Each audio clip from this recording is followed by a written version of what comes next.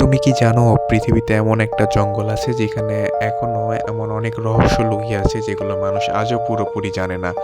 আজ আমরা ঘুরে আসবো সেই ভয়ঙ্কর সুন্দর জায়গা অ্যামাজন জঙ্গল।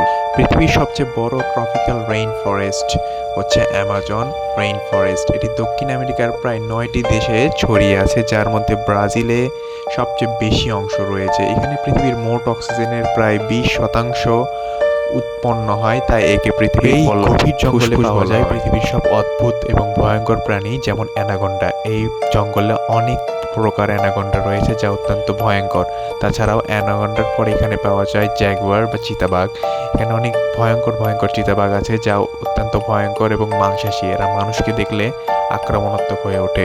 এছাড়াও এখানে রয়েছে পয়জন ফর্ক। এগুলো দেখতে ছোট হলেও কিন্তু এর বিষ মারাত্মক। এমনকি এখানে এমনও পোকামাকড় রয়েছে যেগুলো মানুষের জন্য প্রাণঘাতী হতে পারে।